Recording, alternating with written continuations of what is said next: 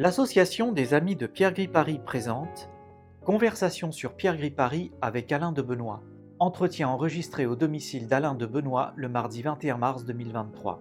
Philosophe, essayiste, Alain de Benoist est l'auteur de plus d'une centaine de livres et de milliers d'articles et d'entretiens. L'Académie française lui remit le prix de l'essai pour son anthologie critique des idées contemporaines, Vue de droite, en 1978. À la question « Comment avez-vous connu Pierre Gripari ?», Alain de Benoist nous parla d'une première rencontre avec l'écrivain dans une librairie parisienne en 1965. C'est par ces premiers mots que démarra notre entretien.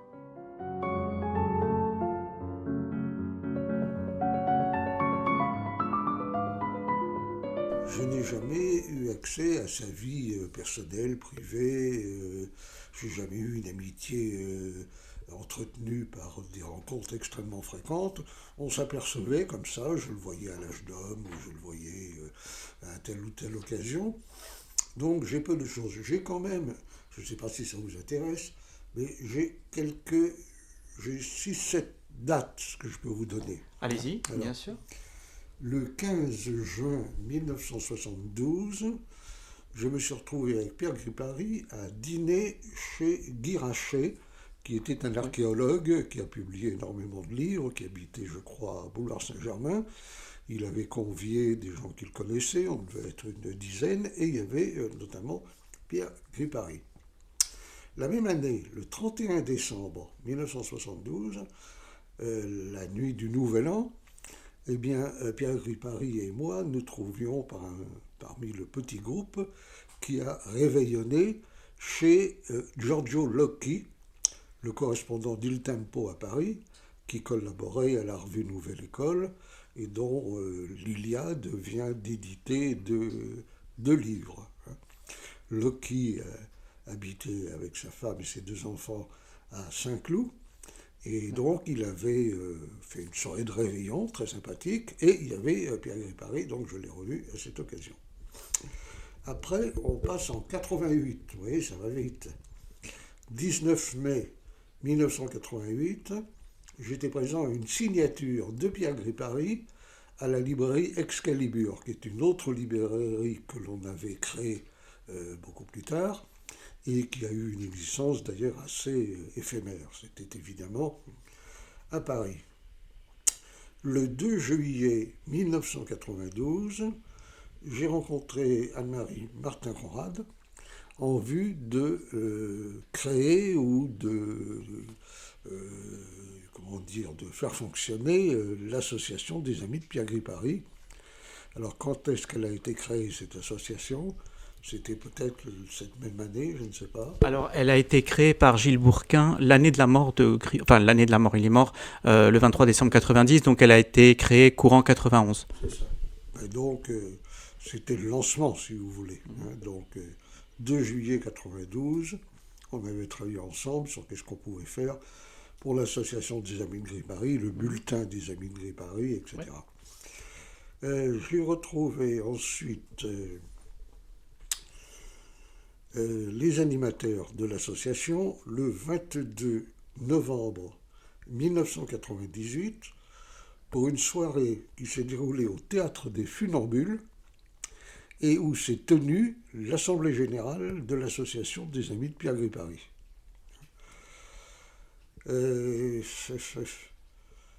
Alors ensuite, le 31 mai 2001, j'ai participé à une soirée à la librairie de l'Âge d'Homme, à Paris, pour la sortie du dossier H sur Gripari.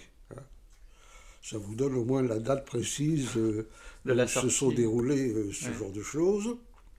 Et puis c'est tout. J'ai simplement noté quelque chose qui est tout à fait annexe. Est-ce que le nom de Rodolphe Doublet vous dit quelque chose ? Absolument pas. Bon, moi non plus. Mais il y a un type qui s'appelle Rodolphe Doublet, D-O-U-B-L-E-T, qui est venu me voir pour me parler de Gripari. D'accord. Le 19 mars 2018. D'accord, bah écoutez, bon, je n'ai gardé aucun souvenir de cette conversation. Ouais. Est-ce qu'il travaillait sur un travail universitaire, peut-être sur Gripari. Il voulait sans doute me poser des questions un peu du genre de celles que vous voudriez me poser, comment je l'ai connu, etc., etc., quoi. Je n'ai jamais eu de nouvelles de lui depuis, donc je le mentionne vraiment pour l'anecdote. D'accord, bah merci beaucoup, c'est très très très précis en tout cas. Quels ont été par la suite? Alors vous nous avez raconté hein, que la première fois que vous avez vu Pierre Gripari, c'était à la librairie de l'amitié, absolument. Quels ont été par la suite vos liens avec Pierre Gripari? C'est ce que je vous ai indiqué tout à l'heure. On se voyait de ci, de là, de temps à autre. On avait évidemment beaucoup d'amis communs, donc on se retrouvait éventuellement à dîner ou déjeuner chez l'un ou l'autre. Je le voyais au salon du livre, je le voyais dans des rencontres d'écrivains, parfois lorsqu'il signait ses livres, etc. Mais nos relations ne sont jamais allées, en fait, beaucoup plus loin. Je me souviens de quelques conversations avec lui. Il m'envoyait, je crois avoir la totalité de, de ses livres. Il n'est pas allergique aux chats. Absolument pas. Bon, Non, non, parce, vous non, inquiétez parce pas. qu'il y en a 5 ici, Ah bon? donc ne vous affolez pas si vous envoyez quelques-uns qui passent. Non, non. Gripari aimait beaucoup les chats. Oui, D'ailleurs. je crois, Ouais, oui, oui. ouais. Non, non, aucun problème. Euh, J'aimerais qu'on revienne un petit peu sur cet article que vous avez publié dans les dossiers H Oui. en 2001 aux éditions L'Âge d'Homme. Donc vous avez écrit un article qui s'intitule Lettres aux animateurs de l'association des Amis de Pierre Gripari. Et vous commencez ce texte en nous disant que Pierre Gripari n'est pas mort. Et vous terminez d'ailleurs ce texte en nous disant que Pierre Gripari n'est pas mort. Est-ce que 32 ans après sa mort, vous diriez la même chose? Ben, lorsque j'avais été sollicité pour écrire dans ce livre, Mhm. j'étais un peu embarrassé, précisément pour la raison que je vous ai indiquée, c'est-à-dire que j'avais assez bien connu Gripari, beaucoup apprécié Gripari, mais je n'avais pas grand-chose à raconter de notable, si vous voulez. Donc j'avais tourné la difficulté en faisant une lettre aux animateurs de l'association, pour leur dire d'abord le bien que je pensais de leur initiative, euh, et j'avais essayé de faire ça un peu dans l'esprit de Gripari. C'est-à-dire, vous croyez que je suis mort? Ben, je ne suis pas mort du tout. C'est une blague, c'était juste pour voir un peu ce que vous alliez raconter sur moi après mon compte, après ma mort. Et donc, voilà ce qui explique la teneur de l'article. Alors, est-ce qu'il est mort aujourd'hui? Vous savez, tant qu'il y a des gens qui se souviennent de quelqu'un, ce quelqu'un n'est pas mort. Absolument. Mais il faut bien dire, évidemment, si on raisonne de manière plus froide, voire plus cynique, que l'œuvre de Pierre Gripari est quand même bien oubliée du grand public, à l'exception bien sûr de la littérature enfantine, que ses livres ne sont pour la plupart plus disponibles, et ceux qui l'ont le plus connu sont aujourd'hui morts, pour la plupart. Donc il y a un gros travail si l'on veut, je dis pas réhabiliter, c'est pas du tout le terme qui convient, mais remettre un peu Gripari dans l'actualité. D'accord. Euh, Quels sont les livres, justement, comme on parle des livres, vous parliez à l'instant des livres de Pierre Gripari, quels sont les livres de Pierre Gripari que vous avez préférés? Oh, c'est pas facile à dire d'ailleurs, parce que il n'y en a pas tellement qui se détachent. J'ai beaucoup aimé les Patrouilles du Comte, Oui. hein, l'histoire du méchant Dieu Oui. aussi, bien sûr, des choses comme ça. Voilà, ça c'est les deux titres qui spontanément me reviennent en mémoire. Mais de manière générale, pour moi, l'œuvre de Gripari, c'est un immense livre au fond, hein. Oui. Chaque livre correspond un peu à un chapitre, on pourrait dire ça, sauf quelques rares exceptions, évidemment. D'accord. Pour revenir à l'article que vous avez écrit dans les dossiers H, Pierre Gripari, vous évoquez à un moment la rue de la Folie-Méricourt, Oui. où Pierre Gripari a vécu de 1978 jusqu'à sa mort en 1990.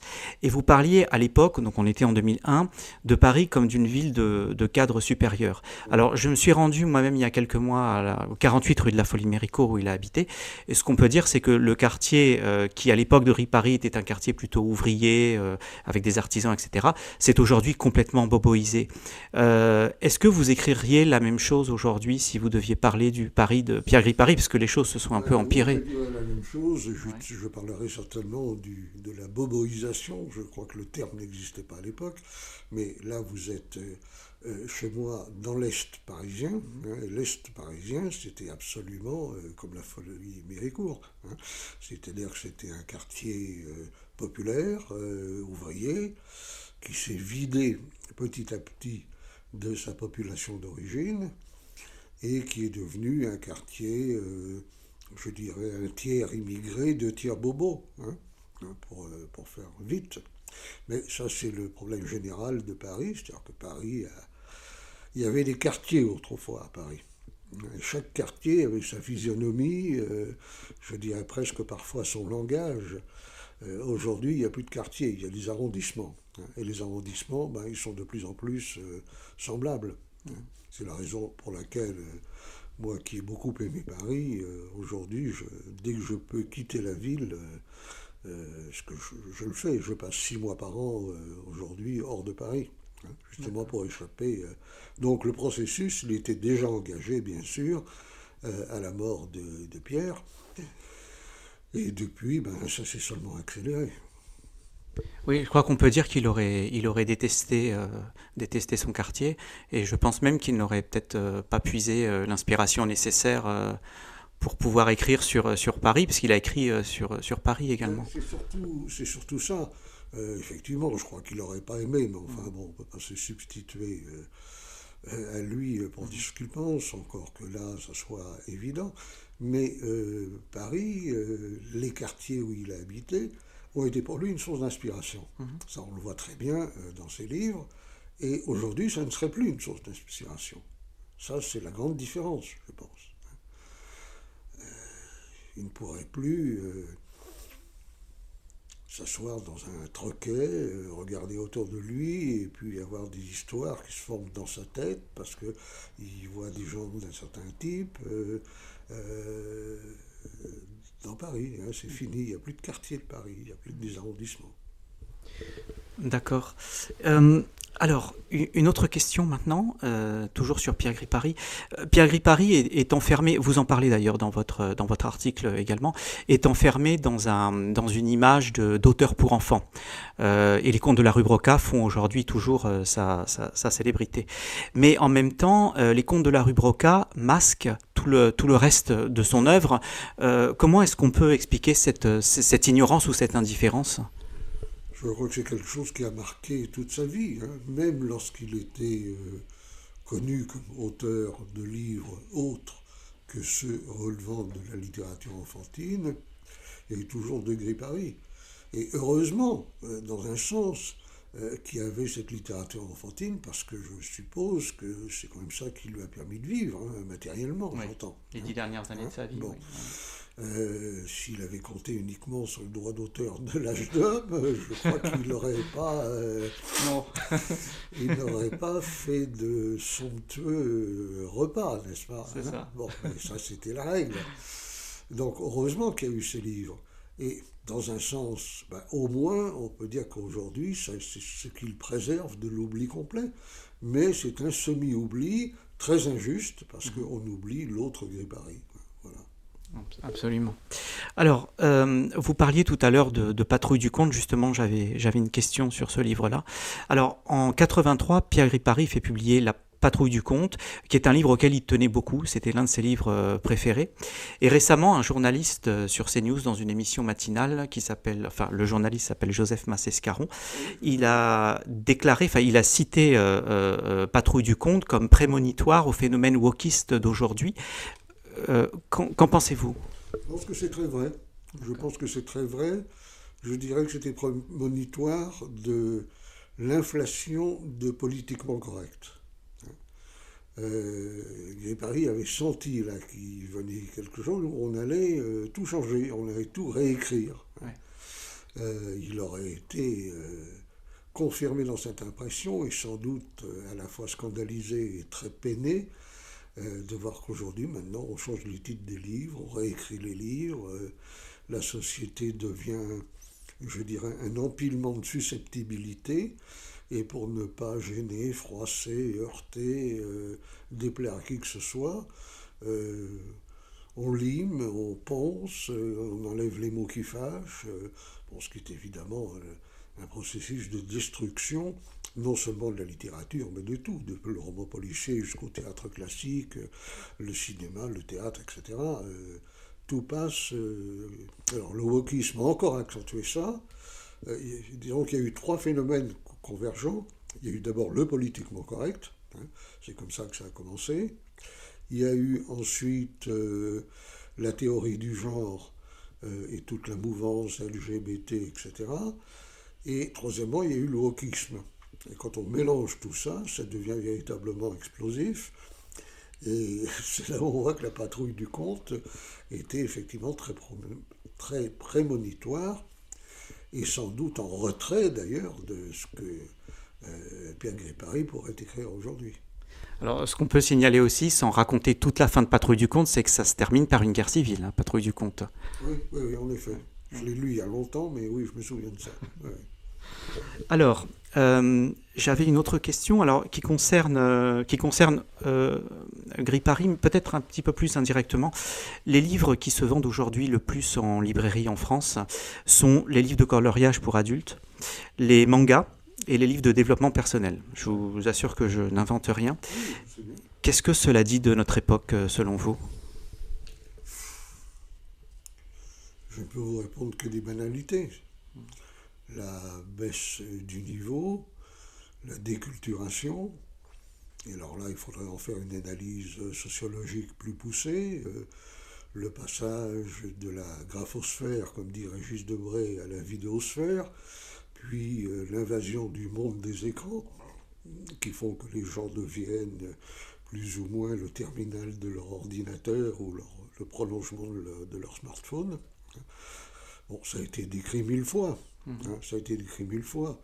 Ce qui est très curieux d'ailleurs, moi je suis abonné à Livre Hebdo, donc je vois qui recense et répertorie toutes les semaines la totalité de ce qui paraît en France. C'est qu'il sort toujours des dizaines de milliers de livres. Et on se demande qui les lit. Qui les lit? Alors je sais bien que les chiffres de vente ont eux-mêmes baissé. Aujourd'hui, quand un éditeur vend un livre à 1000 exemplaires, il est déjà très content. Avant, c'était plutôt à 10 000. D'autre part, les coûts de fabrication des livres ont baissé, fort heureusement pour les éditeurs, encore que ça remonte actuellement avec les prix du papier. Mais, vous savez, quand on voit parfois il y a des sondages, le niveau de lecture des Français, c'est-à-dire on interroge 1000 personnes pour leur dire est-ce que vous lisez, combien de livres lisez-vous par semaine, par mois, par an, etc. Ces chiffres ne veulent absolument rien dire, parce que quand vous allez voir de près, ce sont des mangas, des livres d'épanouissement personnel, des bandes dessinées porno ou n'importe quoi. Pour moi, ce n'est pas des vrais livres, si vous voulez.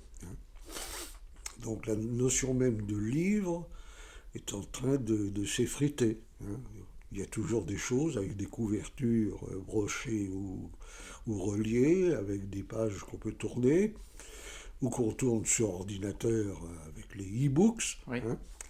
Mais le livre qui était dans ma génération, pour beaucoup de gens, pas pour tout le monde bien sûr, mais une sorte d'objet de respect, si vous voulez. On avait du respect pour une belle bibliothèque. Ça, je crois que ça disparaît complètement. Complètement. Même les signatures de livres Sauf quand c'est Becbédère ou Marc Lévy, ça attire plus personne. Hein.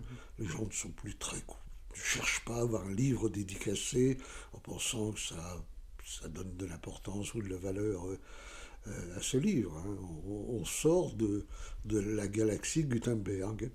Alors moi je le supporte mal pour des raisons d'âge et de génération, parce que je suis né et j'ai fait carrière dans la galaxie Gutenberg.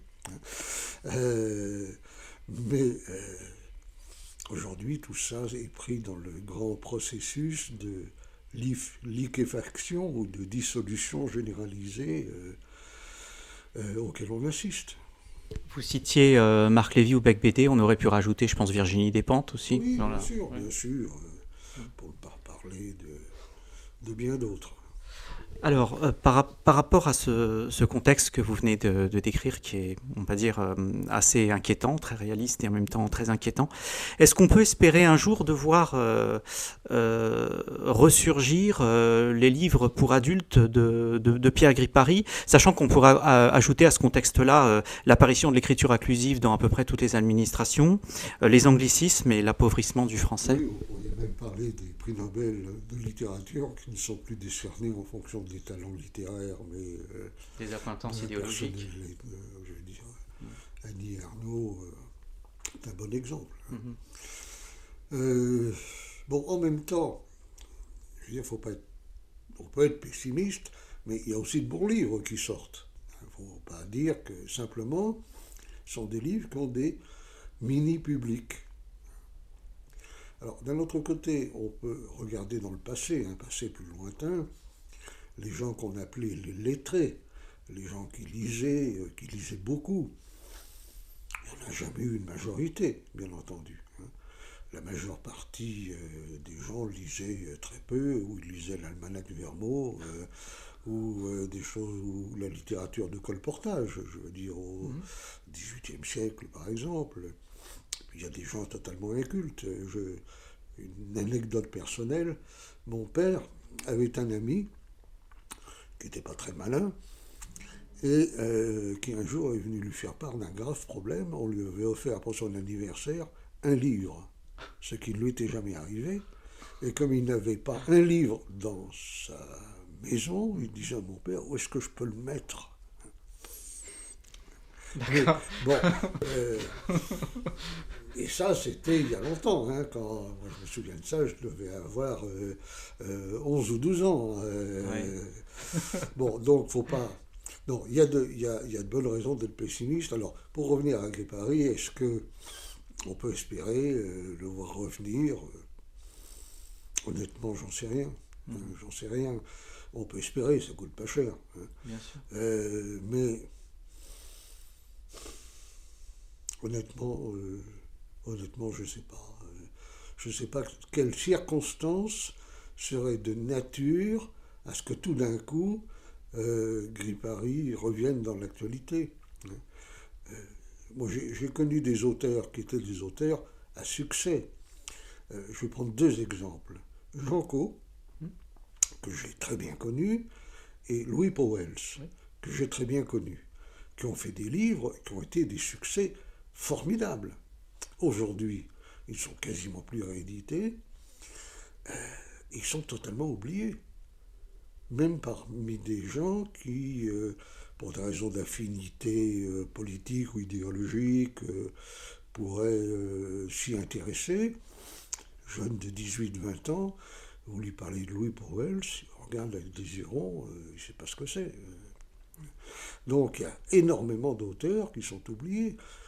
On pourrait prendre des exemples qui ne sont pas d'oubli total, mais André Malraux, par exemple. Oui, Malraux, Monterland. Oui. Hein, Monterland, de temps en temps, on rejoue une de ses pièces, La Reine morte, etc. On doit encore trouver certains de ses livres en livre de poche. Mais quand on voit la façon dont Monterland a dominé son époque sur le plan littéraire, on s'aperçoit qu'il est en voie d'oubli. Il l'avait prévu d'ailleurs. Il l'avait dit dans 20 ans, on ne parlera plus de moi. Ah, moi j'aurais pensé le contraire, parce qu'il avait quand même, comme il avait une écriture très classique, Oui. il pensait justement qu'on ne l'oublierait pas parce qu'il avait une écriture classique. Moi, j'ai un souvenir un peu contraire. Bon, il a pu dire D'accord. l'un et l'autre, hein, d'ailleurs. Ouais. Donc, qu'est-ce qu'on peut vous répondre? Moi, je ne suis pas quelqu'un qui va vous répondre par un acte de foi ou non. Mais oui, bien sûr, on va rééditer Gris Paris, vous allez voir ce que vous allez voir. Non, j'en sais rien et je ne suis pas très optimiste. Ouais. Voilà. Et quels sont les mots qui vous viennent à l'esprit pour qualifier Pierre Gris Paris et son œuvre?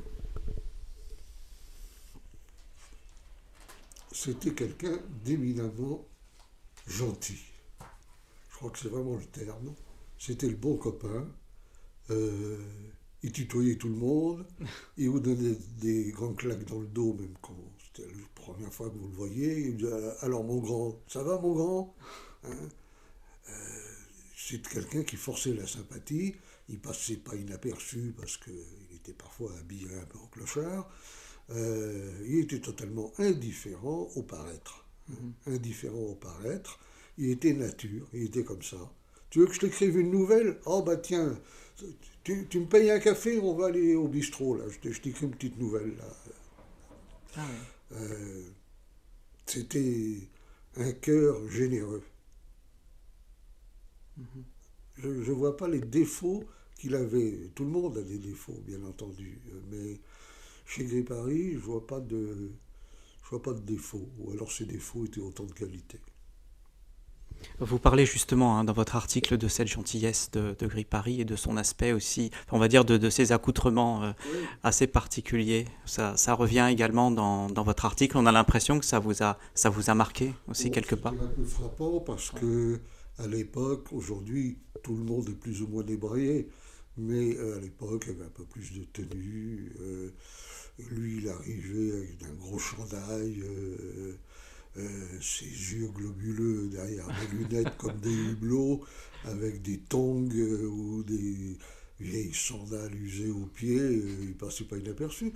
C'était très sympathique d'ailleurs, c'était Gris Paris, mais effectivement ça frappait.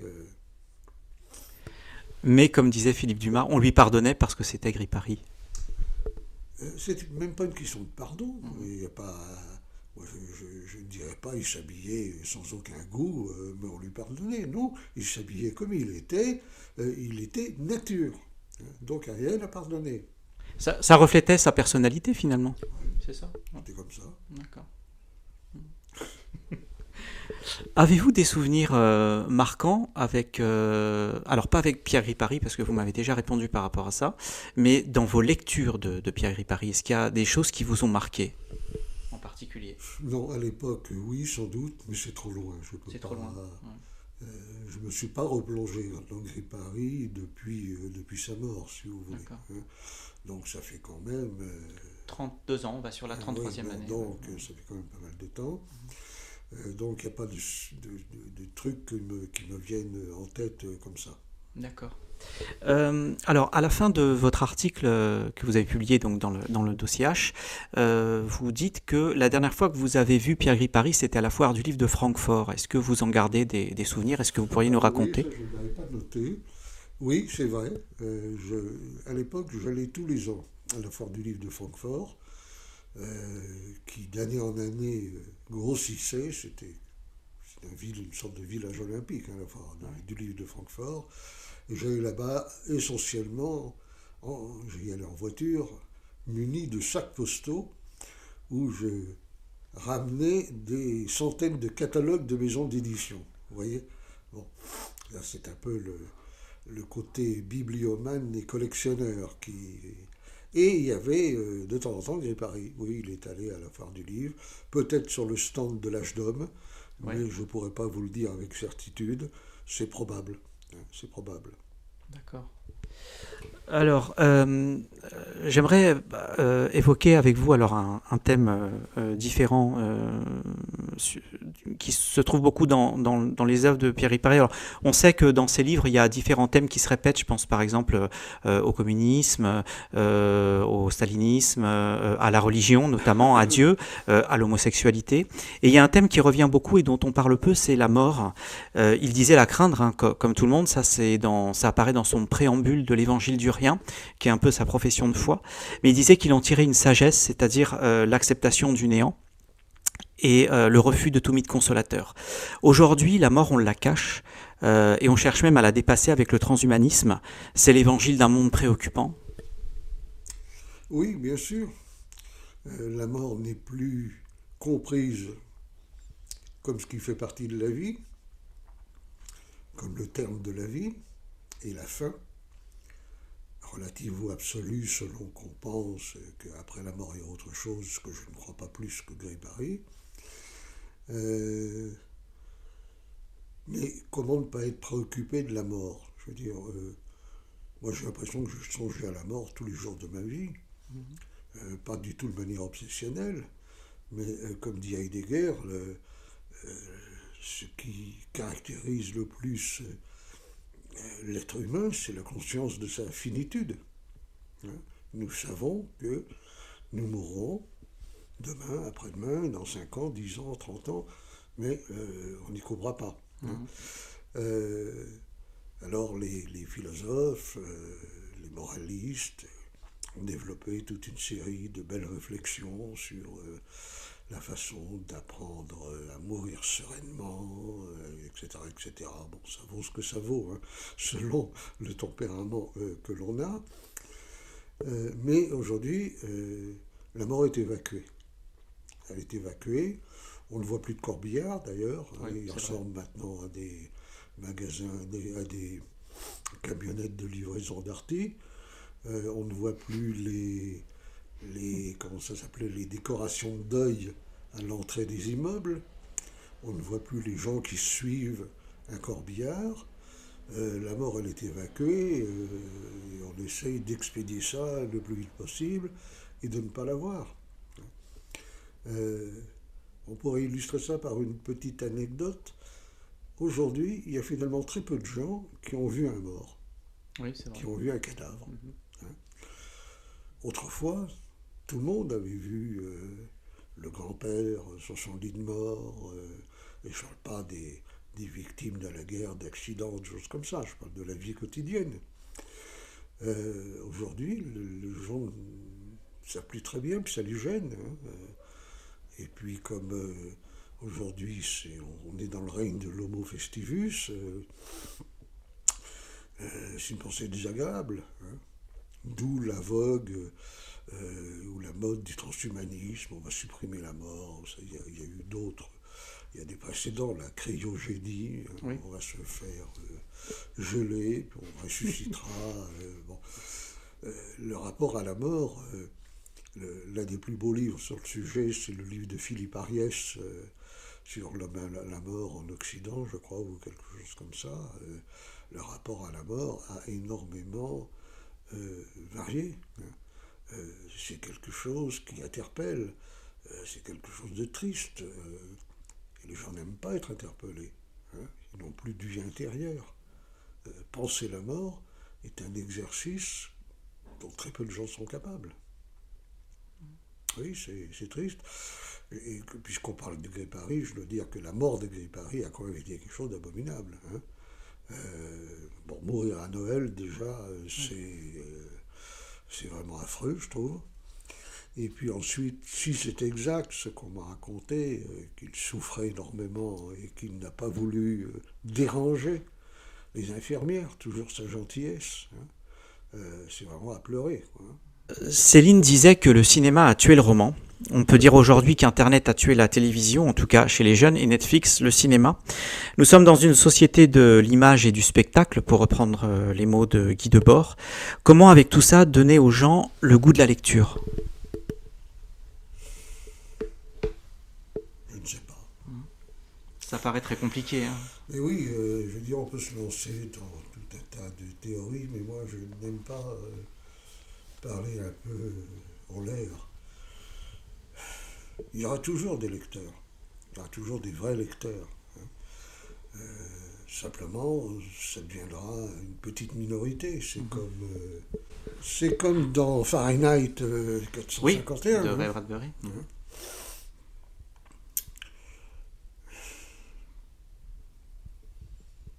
Maintenant, il y aura toujours des œuvres, mais ce qui me frappe, c'est la baisse de niveau, dans tous les domaines, hein.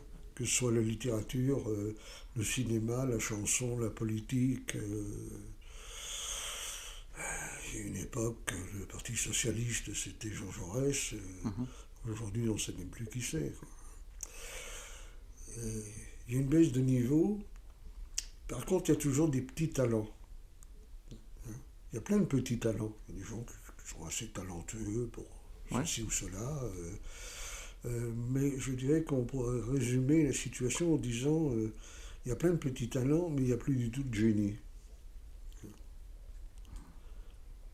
Il y a des bons, mais il n'y a plus de très bons. Voilà. C'est ça.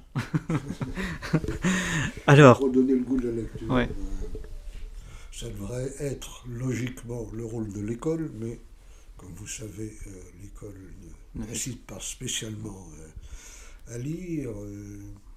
Elle donne même des livres abrégés. Quand on fait un film qui est tiré d'une œuvre littéraire, ça devrait inciter ceux qui ont vu le film à se dire tiens, je vais essayer de lire le livre, mais combien le font, sans doute très petite minorité.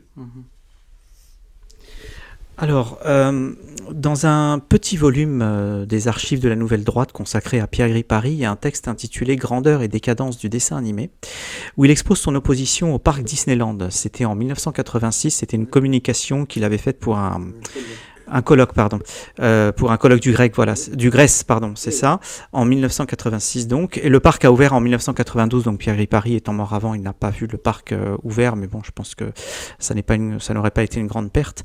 On a l'impression que si Pierre Gripari avait vécu, il aurait créé davantage de mondes parallèles pour s'éloigner d'un Occident décadent qu'il voyait venir, qu'il avait un peu prévu. C'est probable, parce que plus on se sent enfermé dans un monde, dans un pays, dans une époque avec lesquels on n'est pas en sympathie, pour utiliser une litote, plus on est tenté de se réfugier. Ce qui est une réaction assez négative, bien sûr, mais inévitable. Alors on peut se réfugier dans le passé, on peut se réfugier dans un livre, on peut se réfugier dans un film,